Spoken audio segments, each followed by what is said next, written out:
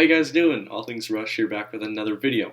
Today we'll be doing episode 5 of my Ranking Rush series, where I go through every Rush album and I rank my favorite songs off the album from worst to best. Last week we did 2112, the album which I love. I love that album so much. But here we're going to be doing an album that I equally love, maybe as more as 2112.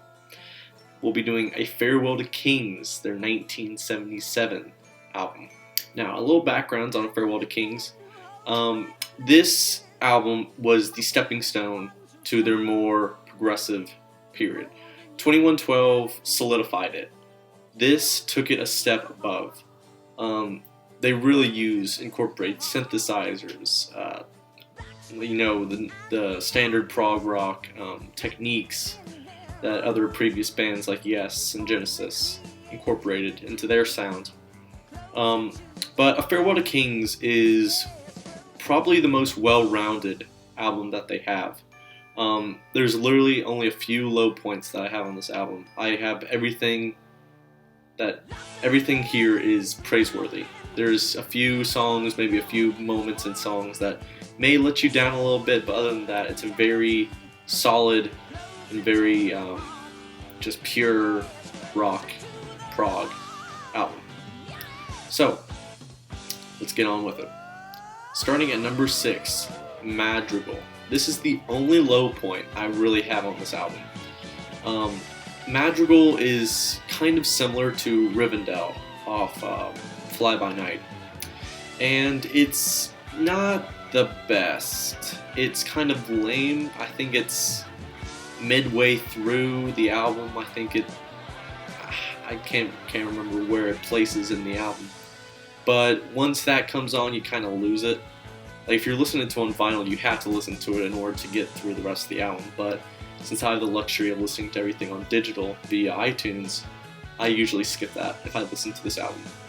So, like I've said before, I listen to this whole album before I do these reviews, and Madrigal just doesn't stand out at all for me. I mean, it's kind of a nice little innocent thing that they tried with Rivendell and kind of incorporated, see if it could work again.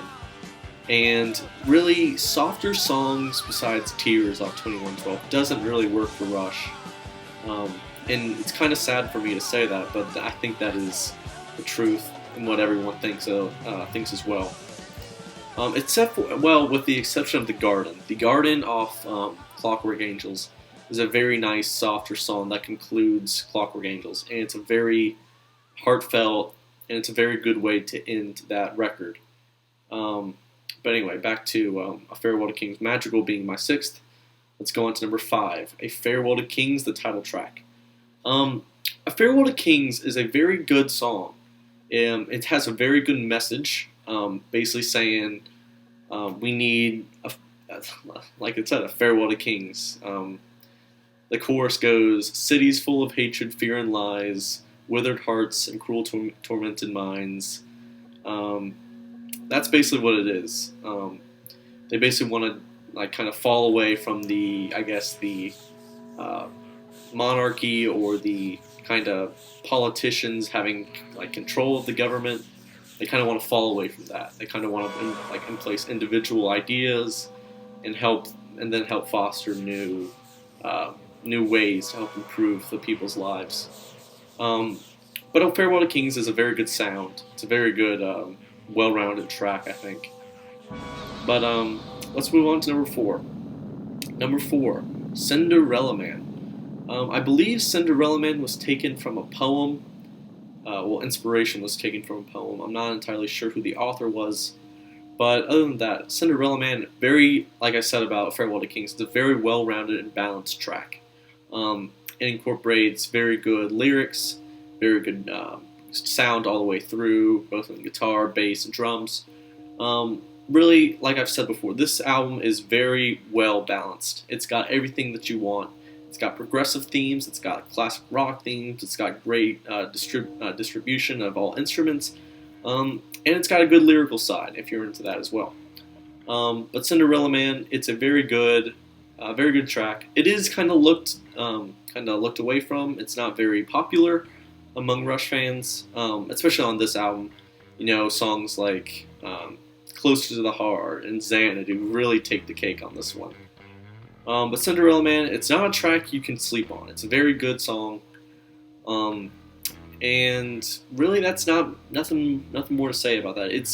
I'd say it's an average track, but for this case, it's a little above average in terms of the other songs they put out. All right, number 3, Cygnus X1 Book 1, The Voyage. Now this is the, prequel to Cygnus X1 Book 2 off Hemispheres. This song is half the time as Hemispheres on the next album. It's 10 minutes long. But it's a very, very good and heavy track, especially from the beginning and then to the end, where it really picks up in dynamic tempo. The song is basically about a man who voyages to a black hole and sees and tries to find out what is on the other side. And obviously, it didn't work out for him because he got sucked in, and the final line is, every nerve is torn apart. So apparently he dies, but I guess it's left ambiguous because if you've watched lyric videos of this song, the ending is to be continued, which it was continued in Hemispheres in the next album, which I will get into next week. But Cygnus X1, very good bass sound, honestly, the 8-minute mark is like pure heavy metal, honestly. It is something that Rush really hadn't tried doing since like the Necromancer, some parts of 2112. It's really hard and dynamic, and really shows just how vast their musicianship goes. It's really impressive in how they're able to incorporate some of these softer themes in one album or one section, and then just go all in, go bombastic, and just show what they got. And that's really what they did on Cygnus X1. Number 2, Closer to the Heart. Everyone, regardless if you're a Rush fan or not, has heard this song in some form or fashion. It's on the radio all the time. It's referenced many times in pop culture. If you guys seen Trailer Park Boys, which is on Netflix, there's an episode called Closer to the Heart where the main characters want to go to a Rush concert, but they don't have the money, and basically they abduct Alex Lifeson and they force him to play a little show in their trailer. And it's on a very funny episode. If you haven't seen it, check it out. Anyway, Close to the Heart, really their first short pop, very radio friendly song, and it shows. It's really the first song that got Rush massive airplay, and it still gets massive airplay now to this day. It's still such a pop culture staple that so many people love it. It's got a really good message for the time as well. Really, it's basically gotta lead your life with your heart. Just think outward, but with your heart guiding you. It's a very good message. And honestly, I think a lot of people need to hear it if they haven't heard it already. It's got a great message. Really things that can change your life for the better. Basically, Close to the Heart is one of my favorite songs. It's a very good, short, sweet, and very punctual song, in my opinion. Anyway, on to number 1, Xanadu. Xanadu is fantastic from start to finish, just like I said about 2112. It's really got everything you need. It's got progressive elements, rock elements, lyrical masterclass. It's something that everyone needs to hear in order to appreciate it. Just like 2112, you really need to hear it instead of someone telling you what it's about. Xanadu starts with a 5-minute instrumental section. Keeps building up.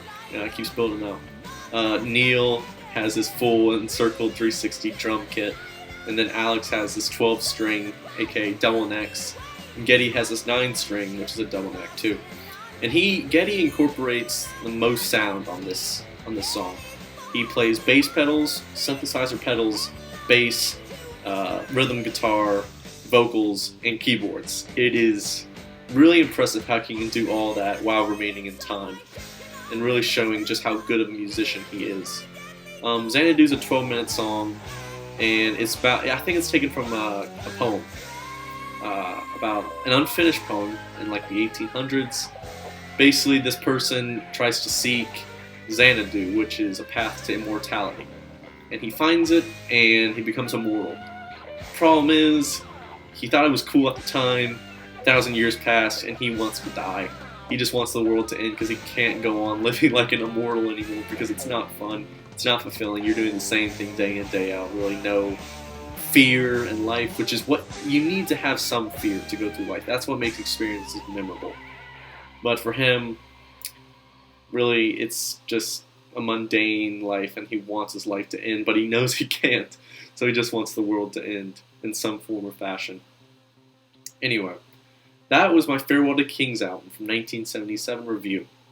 Like I said, Farewell to Kings is a very good, very balanced album, and I really like how they can incorporate multiple themes in here. They got lyrical themes and great prog / classic rock themes as well. Alright guys, next week we'll be doing Hemispheres, their 1979 album, or 1978. Yeah, it's one of the two. Anyway, if you don't know, Hemispheres is my favorite album, so I'm going to have a really, really good time going through all the Hemispheres songs again, and then doing a good review on it. Alright guys, so if you like this video, please like, share, and subscribe for more awesome Rush content. I'll see you guys in the next video. Have a nice day.